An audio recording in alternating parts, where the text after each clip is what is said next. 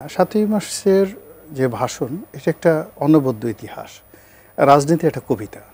এটা বইতে থাকলো বা না থাকলো তাতে কিছু আসে যায় না। আর এটা ৭ই মার্চের এই ভাষণ ছোট শিশুরা এটা কি বুঝবে? এমনকি যারা ঠিক ওই খুব উচ্চ মার্গের রাজনৈতিক নেতা সিদ্ধান্ত দিবেন বা রাজনীতির দার্শনিক তাদের জন্য এটা পাঠ্য।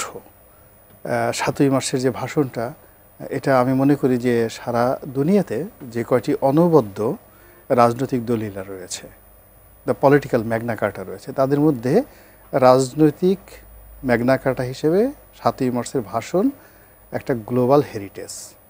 এই গ্লোবাল হেরিটেজ ছেলে খেলার বিষয় নয়। একবার সেই জর্জ বার্নার্ড শোকে পুরস্কার দেওয়া হলো, নোবেল পুরস্কার, তিনি রিগ্রেট করলেন, রিফিউজ করলেন।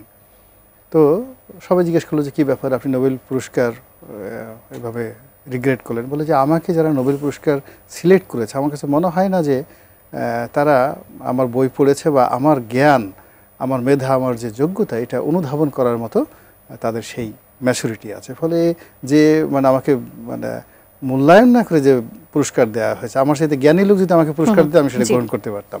তো একইভাবে ৭ই মার্চের ভাষণ ধারণ করা, সেটাকে সমালোচনা করা, সেটাকে পাঠ করা, সেটাকে প্রমোট করা, সেটাকে শিক্ষা দেওয়ার জন্য যে ম্যাচুরিটি দরকার, যে পলিটিক্যাল যে এনভায়রনমেন্টটা দরকার, সেটা এই বাংলাদেশে নাই।